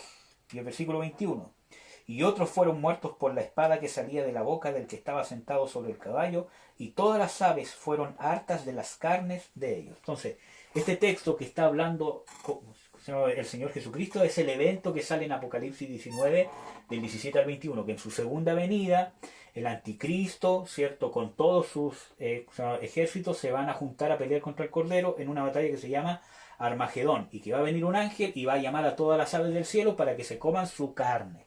Por lo tanto, cuando el Señor Jesucristo habla de águilas, está hablando de las aves del cielo, según los mismos textos bíblicos. Primero, dice: donde estuviese el cuerpo muerto, allí se juntarán las águilas. ¿Qué es el cuerpo muerto según la Biblia? Ya vimos en Romanos 7:24 que Pablo llama a la carne el cuerpo de esta muerte, que en Colosenses 2:13 dice de que estábamos muertos en delitos y en pecados, y en Romanos 7, del 17 al 20, como ya vimos, dice de que el pecado, ¿dónde mora? Dice: el pecado que mora en mí. ¿Y dónde era eso? En mi carne. Por lo tanto, la carne mora el pecado, el cuerpo de esta muerte mora el pecado, ¿ya? Y donde no puede morar el bien, sino que mora el mal. Y el pecado ya vemos que obra muerte. Y estos textos los pueden ver ustedes. ¿Cómo se llama? Santiago 1:15, ¿cómo se llama? Romanos 7:5, 6:23, 5 del 2 al 5, que la paga del pecado es muerte. Por lo tanto, donde mora el pecado hay muerte. Nuestra vieja naturaleza es vendida al pecado. Está vendida a sujeción del pecado, dice Pablo en Romanos 7. Lean el texto completo, ¿ya? Es vendida a sujeción del pecado. Nuestra naturaleza carnal está vendida al pecado. Y donde hay pecado hay muerte. Por lo tanto, esta vieja naturaleza, por eso Pablo la nombra cuerpo de esta muerte. Entonces, ¿qué es el cuerpo muerto? La vieja naturaleza, la carne. Y las águilas, según el texto que vimos en Apocalipsis, son las aves del cielo que ¿qué? Que comen carne muerta, ¿ya? Por lo tanto, las aves del cielo ¿qué comen? Carne muerta. ¿Y qué es carne muerta? La vieja naturaleza. Vamos a ver Marcos 4:4 para ver la referencia bíblica de que las aves del cielo son demonios, Satanás y sus demonios. Y aconteció, sembrando, que una parte cayó junto al camino, y vinieron las aves del cielo y la tragaron. Vamos a ver la explicación de qué son las aves del cielo en el versículo 15. Dice: y estos son los que de junto al camino, en los que la palabra es sembrada. Mas después que la oyeron, luego viene Satanás y quita la palabra que fue sembrada en sus corazones. Entonces, ¿a qué hace referencia estas aves que comen carne muerta? A demonios. Por lo tanto, donde haya carne, donde haya naturaleza pecaminosa, donde haya un cristiano que ande en la carne, porque esta naturaleza pecaminosa no la podemos quitar, pero la Biblia nos enseña que yo puedo decidir andar en la carne o andar en el espíritu. Si yo ando en la carne, ¿quiénes van a venir? ¿Quiénes son los que comen, estas aves que comen carne muerta, el cuerpo de esta muerte, esta carne? Las aves del cielo, que son ¿qué cosa? Satanás y sus demonios. Si un cristiano anda en la carne, o sea, en pecado o en los deseos de la carne, ¿cierto? Va a abrir puerta para que los demonios, ¿qué cosa? Lo infecten y coman su carne. Los demonios se alimentan de nuestra naturaleza carnal. Para ellos es alimento. Por eso que nos exhorta tanto Dios a no andar en la carne, sino andar en el espíritu. Por eso dice, la carne es débil, no puede resistir el pecado, no puede resistir la tentación. Y si hay carne, van a venir demonios. Esto no significa, hermanos, también es un punto importante, que por el hecho de yo tener deseos, es decir, de que, chuta, yo tengo deseos, tengo lucha, entonces voy a ser lleno de los demonios. No, está hablando de un cristiano que anda en la carne, que le da rienda suelta a sus pasiones desordenadas.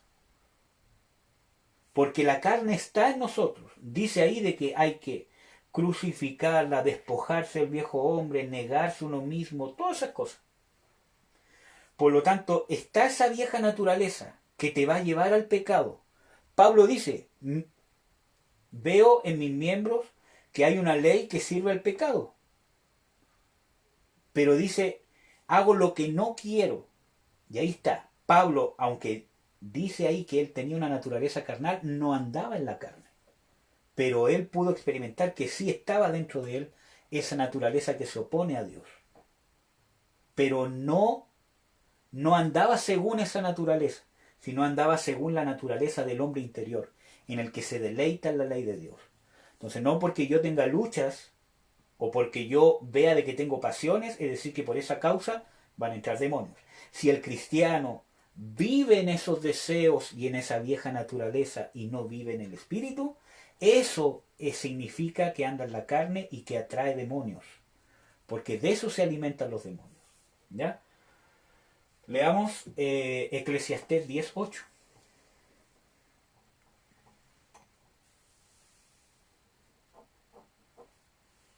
El que hiciere el hoyo caerá en él, y el que aportillare el vallado le morderá la serpiente. Ya. Aquí yo no creo que es tan necesario buscar los textos bíblicos de que hablan de que la serpiente es Satanás. Tenemos ejemplos de Apocalipsis 12, 7, 8, 9, 10. Y tenemos ejemplo de Lucas 10, versículo 19, que dice: he aquí os doy potestad de hallar serpientes y escorpiones, y sobre toda fuerza del enemigo, y nada os dañará. Por lo tanto, la serpiente hace alusión a Satanás y a sus demonios.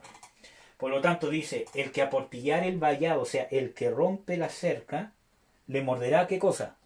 La serpiente. Si yo peco, ando en la carne, o ando en los deseos de la carne, o ando en pecado, o en las concupiscencias de la carne, estoy rompiendo el vallado, y dice la Biblia de que si rompo el vallado, me va a morder la serpiente. ¿Ya? Queda claro entonces que los demonios no pueden tocar el espíritu que es nacido de Dios, donde mora el Espíritu Santo. No lo pueden tocar. Pero sí pueden estar, operar y morar en la carne, en la naturaleza viejo hombre, donde mora el pecado. Acuérdense que en esta vieja naturaleza mora el pecado. Ahora, si yo ando en esta vieja naturaleza, o sea, haciendo lo que ella quiere, entonces ahí van a venir demonios y me van a contaminar. ¿Y dónde van a operar esos demonios? En la carne. No hay ningún texto bíblico de todos los que vimos que diga de que los demonios no pueden operar en la carne. Al contrario, vimos de que los demonios se alimentan de carne. ¿Ya? Ya que la naturaleza o esta, naturaleza carnal no tiene nada que ver y ninguna relación con la naturaleza nueva creada por Dios. Que ya vimos los textos bíblicos. Lo que es nacido del espíritu, espíritu es. Lo que es nacido de carne, carne es. ¿Ya? En la naturaleza pecadora mora el mal y el pecado, y no puede morar el bien en ella, como dice Pablo. Veo en mí, esto es en mi carne, que no mora el bien, sino a la ley que sirve al pecado. ¿Ya? Por lo tanto, en la naturaleza pecadora mora el mal y el pecado, y no puede morar el bien. Dios no puede morar en nuestra naturaleza pecaminosa, y no tiene nada que ver con nuestra naturaleza pecaminosa, sino que Dios nos exhorta a través de la palabra a mantener crucificada, negada, esta naturaleza pecaminosa y a vivir en el Espíritu. En Romanos 7 dice, o 8, dice que si por la obra del Espíritu mortificáis la carne, viviréis. Andando en el Espíritu yo mortifico o le quito poder a la carne. Y andar en el Espíritu significa andar en las cosas del Espíritu. Amor, perdón, benignidad, los frutos del Espíritu. ¿Ya? ¿Tienen alguna duda, alguna cosa para los 5 que están viendo? Si es que tienen alguna duda, paramos y respondemos preguntas. Si no, seguimos unos 10 minutitos más, ya, para hacer la introducción a lo otro. Entonces queda claro con todos estos textos bíblicos que el cristiano tiene dos naturalezas y que en la carne pueden operar los demonios y operan los demonios, y que en el espíritu no pueden operar los demonios, no lo pueden tocar, y que la nueva naturaleza, la que no tiene pecado, y es en la nueva naturaleza donde vive o mora Dios, no en la nueva naturaleza. Y las dos naturalezas las tiene el cristiano. Es el cristiano tiene que decidir si es carnal o es espiritual. ¿Ya? Ya, ninguna duda. Sigamos entonces. Aquí vamos a hacer una introducción, unos 10 minutitos más, porque esta parte sí que es larga. ¿Ya? Yo creo que vamos a lograr a ver el primer argumento. Yo puse 5 argumentos, yo estuve investigando los argumentos, entre comillas, bíblicos, que grandes pastores de renombre, ¿cierto? No cualquiera, usaban para decir de que en el cristiano no pueden operar demonios. Ya vimos bíblicamente de que en la carne pueden operar los demonios, ¿ya? Pero vamos a ir derribando algunos argumentos, ¿cierto? No hay argumento bíblico para decir que el cristiano no puede ser influenciado por demonios, ¿ya? No existe. Pero vamos a ver estos textos bíblicos que son usados para hablar en contra de esto. Esto es importante, hermanos, para ti personalmente, y si tú eres una persona que ministra liberación o quieres ministrar liberación, esto te va a servir para ti mismo y para enseñarle a las personas, porque todas las personas vienen con argumentos. El mismo diablo usa palabra de Dios para alejarlos de la liberación, para que no sean libres. Entonces esto te va a servir para derribar esos argumentos con la misma palabra. ¿Ya? Espero que les sea de bendición y que les ayude. Primer argumento, vamos a leer Efesios 1:13.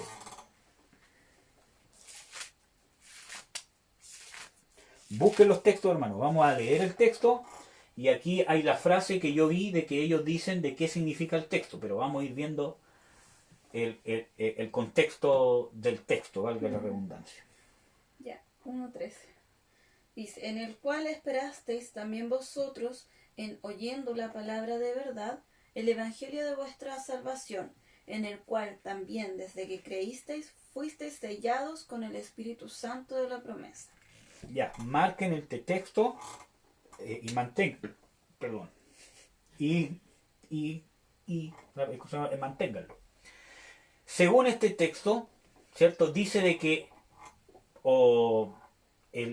¿cómo se llama? ¿Cómo se llama? El argumento que usan es de que hemos sido sellados por el Espíritu Santo, por lo tanto no pueden entrar demonios. Y usan este texto para probarlo. Vamos a ver bien el verdadero contexto de esto. Este texto en ninguna forma dice que está hablando de un sello, porque yo vi a un gran siervo de Dios que con mucho texto bíblico habló de que este sello era, por ejemplo, cuando uno sella algo, cuando uno sella una bolsa, una caja. Claro, un sello de cerrar. Y resulta que la palabra griega sello, ¿cómo se llama en este texto bíblico? Es esfragizó. No, esfragizo. ¿Qué significa una estampa, una marca hecha con un anillo? Es una marca, es como un timbre. ¿Ya? Por lo tanto, el sello, la marca de nuestra redención por la fe, es el Espíritu Santo. Vuelvo a repetir, el Espíritu Santo es el sello, la marca que demuestra nuestra redención. ¿Cuál es el sello de que tú eres salvo? El Espíritu Santo que mora dentro de ti. El Espíritu Santo es el sello. Por eso que hay textos bíblicos que ustedes encuentran que dice, el que no tiene el Espíritu de Cristo no es de él. Porque es el Espíritu de Dios, cuando mora dentro del creyente, ¿cierto? El que es el sello o la garantía de que esa persona es cristiana.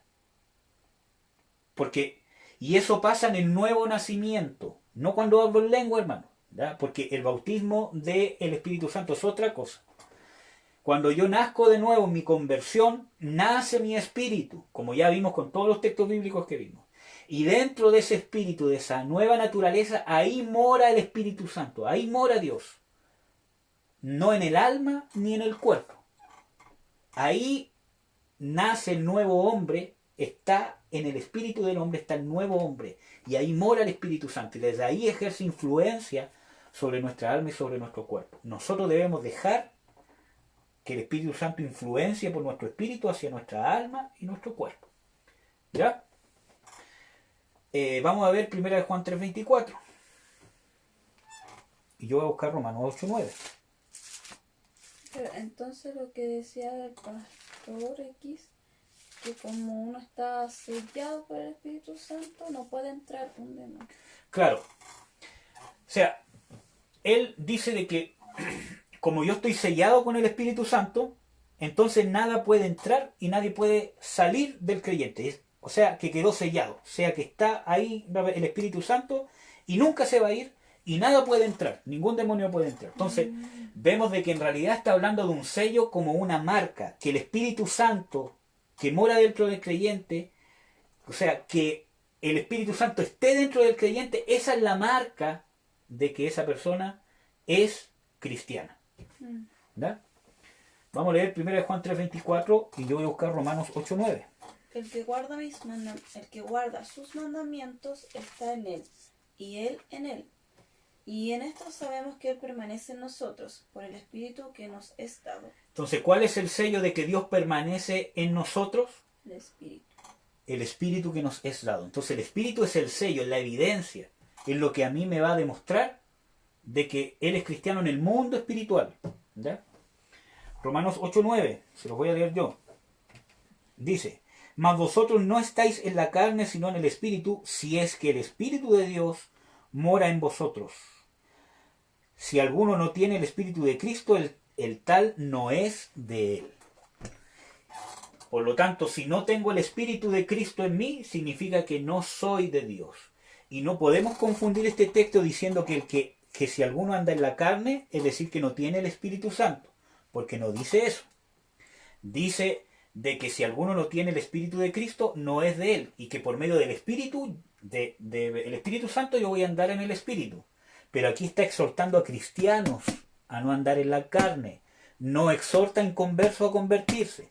Habla de cristianos que dejen andar en la carne, que se despojen del viejo hombre, que dejen la... etcétera, etcétera. Como ya vimos todos los textos bíblicos, que no los vamos a ver de nuevo. ¿Ya? Ya, vamos a seguir con este argumento. ¿Qué es lo que dice? Además, este texto bíblico de ¿cómo se llama? Efesios 1:13, que ya leímos, habla de que este sello ocurre cuando oyeron la palabra de verdad del Evangelio. Vamos a leer otra vez el texto de Efesios 1:13. Por favor, amor. Para ver. En el cual esperasteis también vosotros, que oyendo la palabra de verdad, Oyendo la palabra de verdad, el evangelio de vuestra salvación, ¿ya? en el cual también desde que creísteis, fuisteis sellados con el Espíritu Santo. Entonces, oyendo y esperando la palabra de verdad, el evangelio de la salvación por medio de la fe, o sea, cuando creísteis, fuisteis sellados con el Espíritu Santo. Está hablando de palabra, evangelio, fe y espíritu. Y esto tiene mucho que ver con lo que dijo el Señor Jesucristo, que el que nace de nuevo es el que nace de agua y de espíritu. Y ya vimos los textos bíblicos que hablan de que el agua es la palabra y el espíritu es el Espíritu Santo. Por lo tanto, habla de que este sello ocurre cuando ellos esperaron o oyeron la palabra de la verdad del Evangelio de su salvación, por el cual creyeron y así operó el Espíritu Santo en ellos. Y aquí estamos viendo la operación de la palabra y el Espíritu provoca este nuevo nacimiento, una nueva criatura según el mismo Señor Jesucristo que ya se los dije. ¿Ya? Esta nueva criatura es diferente a la carne. El Espíritu, en el cual mora el Espíritu Santo y que nada tiene que ver con la carne. El Señor Jesucristo deja bien claro, la carne es, el Espíritu es, lo que es nacido de carne no hereda el reino de Dios y que no puede ver ni entrar el reino de Dios, solamente lo que es nacido del Espíritu, que es el Espíritu, es lo que puede ver y entrar en el reino de Dios. ¿Ya? Por lo tanto, vemos de que este texto bíblico no está hablando de ninguna forma de que este sello dice de que no pueden entrar demonios en el creyente, sino que dice de que en esta nueva naturaleza, en el Espíritu, el cristiano ha sido sellado. No es una marca, sino que la marca, el sello es que el Espíritu Santo está ahora en el espíritu del creyente, que no estaba antes de convertirse. ¿Cuál es el sello de que un ser humano es salvo? De que en él mora el Espíritu Santo, de que él hay vida nueva, de que en él vivió su espíritu con la vida de la resurrección de Jesucristo, y que ahora mora Dios en él. Ese es el sello de que esa persona ha sido salva. Y obviamente eso tiene frutos, ¿no? Los frutos de conversión, etcétera, etcétera. Pero ese es el sello espiritual. Ese es el sello que Dios da, el Espíritu Santo dentro del creyente. Y habitaré en medio de ellos, dice la palabra de Dios. Entonces, cuando habla del sello es que el Espíritu Santo es el sello y está hablando de la nueva criatura. Por la palabra y el Espíritu nacemos de nuevo. Este texto bíblico está hablando de la operación de la palabra y del Espíritu por medio de la fe en la salvación. Está hablando del nuevo nacimiento según Juan 3, del 3 al 6. Por lo tanto, está hablando de la naturaleza espiritual. Esa naturaleza espiritual está el sello. Y es en esa naturaleza espiritual donde no pueden entrar demonios. Pero no habla nada de la naturaleza carnal. Ya vimos todos los textos bíblicos que hablan que en la naturaleza carnal pueden operar demonios y que los demonios se alimentan de la carne. Buscan a una persona que esté viviendo en la carne y eso los alimenta, eso los atrae. Ahí moran, ahí viven. ¿Ya? Ya, y lo vamos a dejar hasta ahí por el tiempo, porque ya llevamos 1 hora y media. ¿Ya? Si es que tienen alguna duda, pero yo creo que queda claro con la evidencia bíblica y viendo el texto en sí, de que en ningún momento este texto está diciendo que no pueden entrar demonios en el creyente, sino que está hablando de la nueva naturaleza, que en el espíritu no pueden entrar demonios. Por eso que les presenté todos los otros textos bíblicos antes, de la diferencia entre la carne y el espíritu, y que en la carne pueden operar el demonio, mora el pecado en la carne, y que un cristiano que anda en la carne puede ser atacado y puede ser contaminado con demonios. ¿Ya? Ahí tenemos el primer argumento. Y el próximo lunes vamos a ver el segundo argumento. Primera de Corintios 6 del 16 al 20 lo vamos a leer para que quede así en suspenso. Primera Corintios 6 del 16 al 20. Este es otro texto que usaron mucho para decir que el cristiano no puede tener demonios. Dice: ¿O no sabéis que el que se junta con una ramera es hecho con ella un cuerpo? Porque serán, dice, los dos una carne. Empero el que se junta con el Señor un espíritu es. Huid de la fornicación. Cualquier otro pecado que el hombre hiciere fuera del cuerpo es. Mas el que fornica contra su propio cuerpo peca. ¿O ignoráis que vuestro cuerpo es templo del Espíritu Santo, el cual está en vosotros, el cual tenéis de Dios y que no sois vuestros? Porque comprados sois por precio. Glorificad pues a Dios en vuestro cuerpo y en vuestro espíritu, los cuales son de Dios. Por lo tanto, el argumento es que este texto, dicen ellos, que el que se junta con el Señor es uno con Él. El creyente es el templo del Espíritu Santo y le pertenece a Dios, no al diablo. Por lo tanto, el diablo ni los demonios no pueden habitar en el creyente. Y eso no dice el texto bíblico. Yo creo que ya con lo que hemos visto de la carne, el espíritu, todas esas cosas, ustedes ya podrían concluir más o menos qué es lo que realmente dice este texto bíblico y entenderlo realmente lo que dice. La próxima semana vamos a continuar con este segundo argumento, ¿cierto? Ya vamos en más de la mitad. No, vamos justo en la mitad. Así que yo creo que la próxima semana vamos a terminar con esta derribación de argumentos en contra de que el cristiano puede tener demonios. Para empezar ya, derechamente con liberación en sí. ¿Ya? Entonces, analícenlo, estudienlo, analícenlo y estudienlo y véanlo. Cualquier duda, déjenla escrita, nosotros la vamos a ir contestando. ¿Ya? Eso, hermanos. Que Dios los bendiga. Que Dios los guarde. Vamos a orar. Padre, te bendigo, te doy las gracias por tu misericordia. Yo te pido, Señor, tú eres el que siembra la palabra. Que apercibas nuestros corazones, Señor, y quites todo, las distracciones, los afanes de esta vida, la falta de raíz o la falta de fe, que hacen de que esta semilla quede sin fruto, sino que pueda nuestro corazón ser una tierra fértil para que esta palabra haga raíz, provoque fe y dé frutos a 160 y a 50 por uno o a 30 por uno. Que tú obres, Señor, en el nombre de Jesús. Yo cancelo todos los argumentos satánicos en contra de la doctrina de liberación para que nosotros no podamos ser libres. Los cancelo, los rompo a través de la palabra. La palabra tuya va y no vuelve vacía.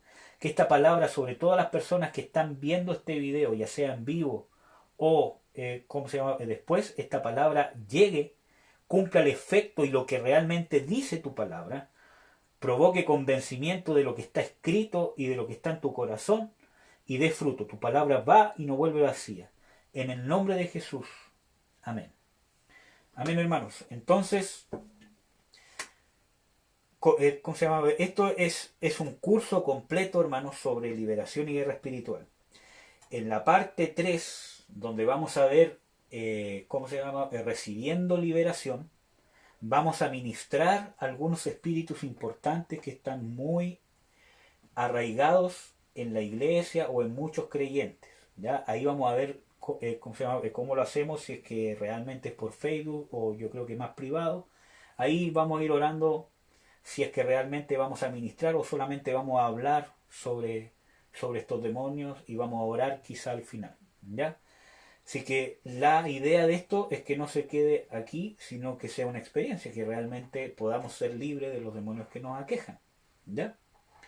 Y hermanos, un abrazo, que Dios los bendiga y espero que esto les sea útiles, especialmente a la persona que ministra liberación, para poder derribar todos estos argumentos que muchas veces usan algunos textos bíblicos. Los bendigo, hermanos. Gracias por acompañarnos.